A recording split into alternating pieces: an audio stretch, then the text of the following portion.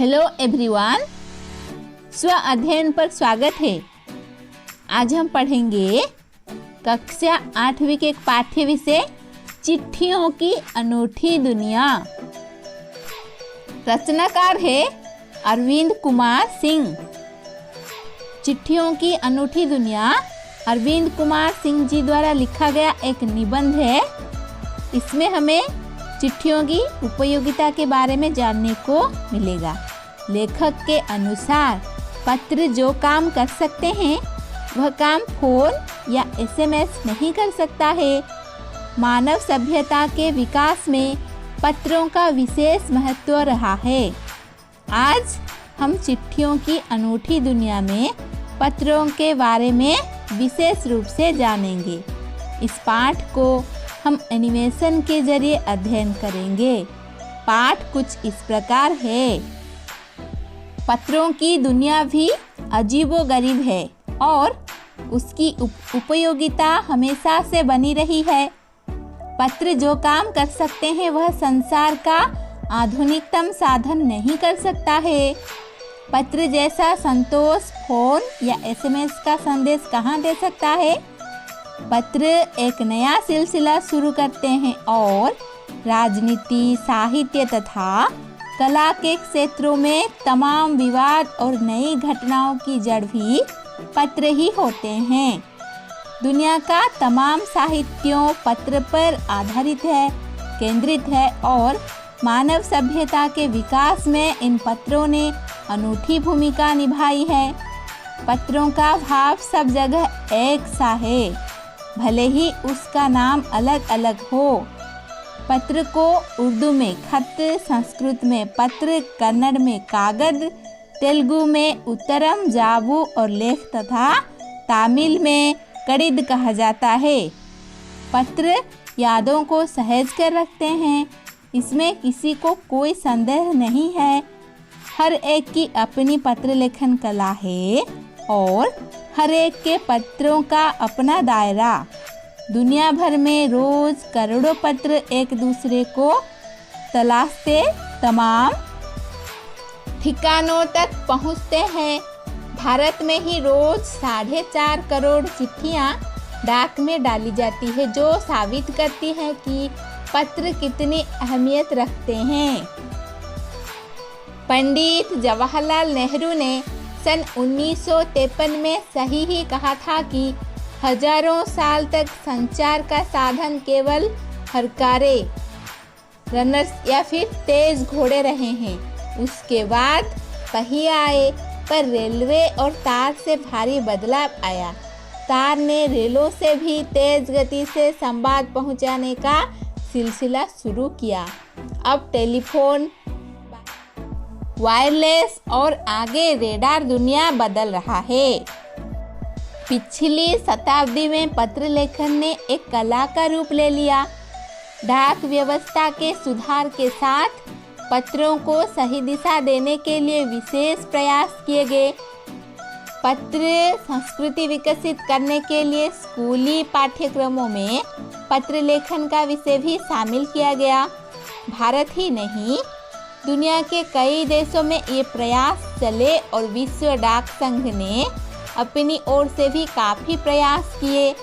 विश्व डाक संघ की ओर से 16 वर्ष से कम आयु वर्ग के बच्चों के लिए पत्र लेखन प्रतियोगिताएं आयोजित करने का सिलसिला सन 1972 से शुरू किया गया। यह सही है कि खास तौर पर बड़े शहरों और महानगरों में संचार साधनों के तेज विकास तथा अन्य कारणों से पत्रों की आवाजाही प्रभावित हुई, पर देहाती दुनिया आज भी चिट्ठियों से ही चल रही है। फैक्स, ईमेल, टेलीफोन तथा मोबाइल ने चिट्ठियों की तेजी को रोका है, पर व्यापारिक डाक की संख्या लगातार बढ़ रही है। जहाँ तक पत्रों का सवाल है, अगर आप बारीकी से उसकी तह में जाएं तो आपको ऐसा कोई नहीं मिलेगा जिसने कभी किसी को पत्र न लिखा या न लिखाया हो, या पत्रों का बेसब्री से जिसने इंतजार न किया हो। हमारे सैनिक तो पत्रों का जिस उत्सुकता से इंतजार करते हैं उसकी कोई मिसाल ही नहीं। एक दौर था जब लोग पत्रों का महीनों इंतजार करते थे, पर अब वह बात नहीं। परिवहन साधनों के विकास ने पूरी दूरी बहुत घटा दी है। पहले लोगों के लिए संचार का इकलौता साधन चिट्ठी ही थी, पर आज और भी साधन विकसित हो चुके हैं। आज देश में ऐसे लोगों की कमी नहीं है जो अपने पुरखों की चिट्ठियों को सहेज और संजोकर विरासत के रूप में रखे हुए हों, या फिर बड़े बड़े लेखक, पत्रकारों, उद्यमी, कवि, प्रशासक, सन्यासी या किसान, इनकी पत्र रचनाएं अपने आप में अनुसंधान का विषय हैं। अगर आज जैसे संचार साधन होते तो पंडित नेहरू अपनी पुत्री इंदिरा गांधी को फोन करते, पर तब पिता के पत्र पुत्री के नाम नहीं लिखे जाते जो देश के करोड़ों लोगों को प्रेरणा देते हैं। पत्रों को तो आप सहेज कर रख लेते हैं, पर एसएमएस संदेशों को आप जल्दी ही भूल जाते हैं। कितना संदेशों को आप सहेज कर रख सकते हैं? तमाम महान हस्तियों की तो सबसे बड़ी यादगार या धरोहर उनके द्वारा लिखे गए पत्र ही है। भारत में इस श्रेणी में राष्ट्रपिता महात्मा गांधी को सबसे आगे रखा जा सकता है। दुनिया के तमाम संग्रहालय जानी मानी हस्तियों के पत्रों का अनूठा संकलन भी है। तमाम पत्र देश, काल और समाज को जानने समझने का असली पैमाना है। भारत में आज़ादी के पहले महासंग्राम के दिनों में जो कुछ अंग्रेज अफसरों ने अपने परिवारजनों को पत्र में लिखे वे आगे चलकर बहुत महत्व की पुस्तक तक बन गए। इन पत्रों ने साबित किया कि यह संग्राम कितनी जमीनी मजबूती लिए हुए था। महात्मा गांधी के पास दुनिया भर से तमाम पत्र केवल महात्मा गांधी इंडिया लिखे आते थे और वे जहाँ भी रहते थे वहाँ तक पहुँच जाते थे। आज़ादी के आंदोलन की कई अन्य दिग्गज हस्तियों के साथ भी ऐसा ही था। गांधी जी के पास देश दुनिया से बड़ी संख्या में पत्र पहुंचते थे, पर पत्रों का जवाब देने के मामले में उनका कोई जोर नहीं था। कहा जाता है कि जैसे ही उन्हें पत्र मिलता था उसी समय वे उसका जवाब भी लिख देते थे। अपने हाथों से ही ज़्यादातर पत्रों का जवाब देते थे। जब लिखते लिखते उनका दाहिना हाथ दर्द करने लगता था तो वे बाएं हाथ से लिखने में जुट जाते थे। महात्मा गांधी ही नहीं, आंदोलन के तमाम नायकों के पत्र गांव-गांव में मिल जाते हैं। पत्र भेजने वाले लोग उन पत्रों को किसी प्रशस्ति पत्र से कम नहीं मानते हैं और कई लोगों ने तो उन पत्रों को फ्रेम कराकर रख लिया है। यह है पत्रों का जादू। यही नहीं, पत्रों के आधार पर ही कई भाषाओं में जाने कितनी किताबें लिखी जा चुकी हैं। वास्तव में पत्र किसी दस्तावेज से कम नहीं है। पंत के 200 पत्र, वचन के नाम और निराला के पत्र हमको लिखो है कहा तथा पत्रों के आईने में दयानंद सरस्वती समेत कई पुस्तकें आपको मिल जाएंगी। कहा जाता है कि प्रेमचंद खास तौर पर नए लेखकों को बहुत प्रेरक जवाब देते थे तथा पत्रों के जवाब में वे बहुत मुस्तैद रहते थे। इसी प्रकार नेहरू और गांधी के लिखे गए रविंद्रनाथ टैगोर के पत्र भी बहुत प्रेरक हैं। महात्मा और कवि के नाम से महात्मा गांधी और रविंद्रनाथ टैगोर के बीच सन 1915 से 1941 के बीच के पत्राचार का संग्रह प्रकाशित हुआ है, जिसमें बहुत से नए तथ्यों और उनकी मनोदशा का लेखा जोखा मिलता है। पत्र व्यवहार की परंपरा भारत में बहुत पुरानी है, पर इसका असली विकास आज़ादी के बाद ही हुआ है। तमाम सरकारी विभागों की तुलना में सबसे ज़्यादा गुडविल डाक विभाग की ही है। इसकी एक खास वजह यह भी है कि यह लोगों को जोड़ने का काम करता है। घर घर तक इसकी पहुंच है। संचार के तमाम अनंत साधनों के बाद भी चिट्ठी पत्र की हैसियत बरकरार है। शहरी इलाकों में आलीशान हवेलियां हों या फिर झोपड़पट्टियों में रह रहे लोग, दुर्गम जंगलों से घिरे गांव हो या फिर बर्फबारी के बीच जी रहे पहाड़ों के लोग, समुद्र तट पर रह रहे मछुआरे हो या फिर रेगिस्तान की ढाणियों में रह रहे लोग, आज भी खतों का ही सबसे अधिक बेसब्री से इंतजार होता है। एक दो नहीं, करोड़ों लोग खतों और अन्य सेवाओं के लिए रोज भारतीय डाकघरों के दरवाजों तक पहुंचते हैं और इसकी बहुआयामी भूमिका नजर आ रही है। दूर देहात में लाखों गरीब घरों में चूल्हे मनी ऑर्डर अर्थव्यवस्था से ही जलते हैं। गांव या गरीब बस्तियों में चिट्ठी या मनी ऑर्डर लेकर पहुंचने वाला डाकिया देवदूत के रूप में देखा जाता है। आज हमने चिट्ठियों की अनूठी दुनिया नामक इस निबंध के बारे में पढ़ा। इस निबंध में लेखक ने पत्रों के महत्व, उनकी उपयोगिता तथा पत्रों से होने वाले लाभ का वर्णन बहुत ही सरल शैली में किया है।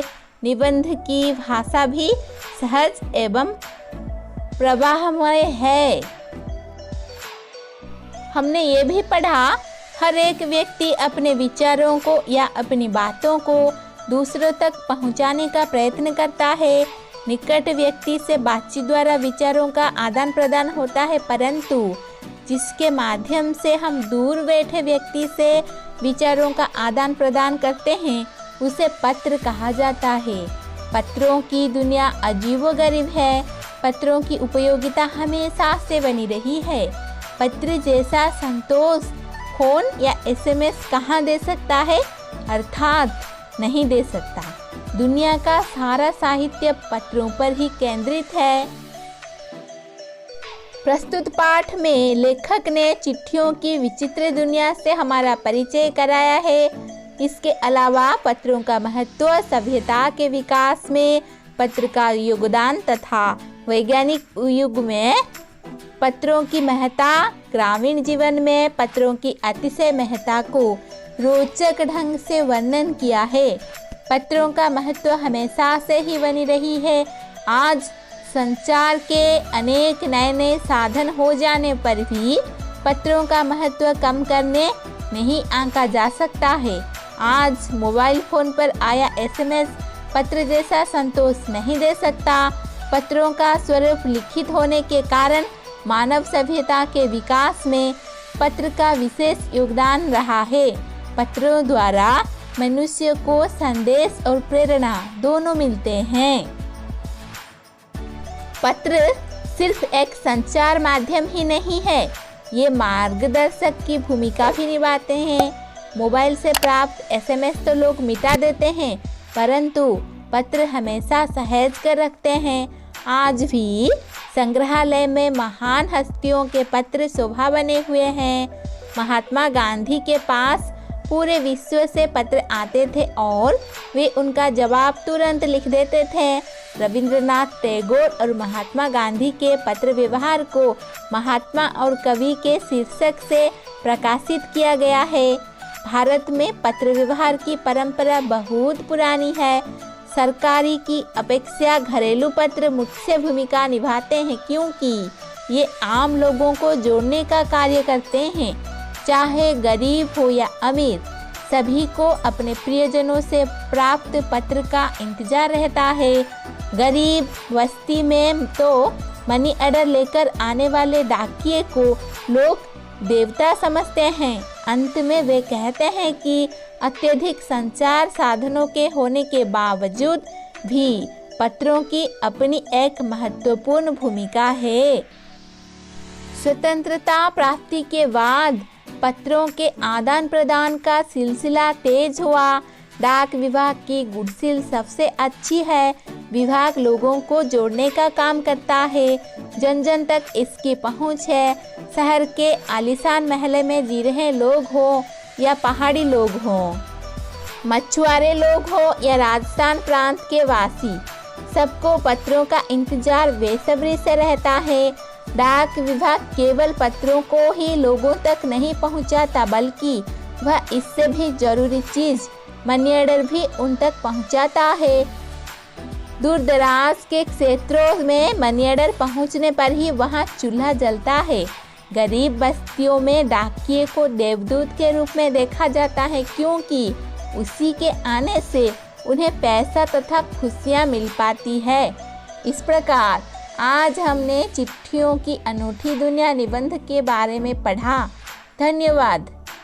ऐसे ही वीडियो देखने के लिए चैनल को सब्सक्राइब कीजिए, नोटिफिकेशन के लिए बेल आइकन को दबा दीजिए।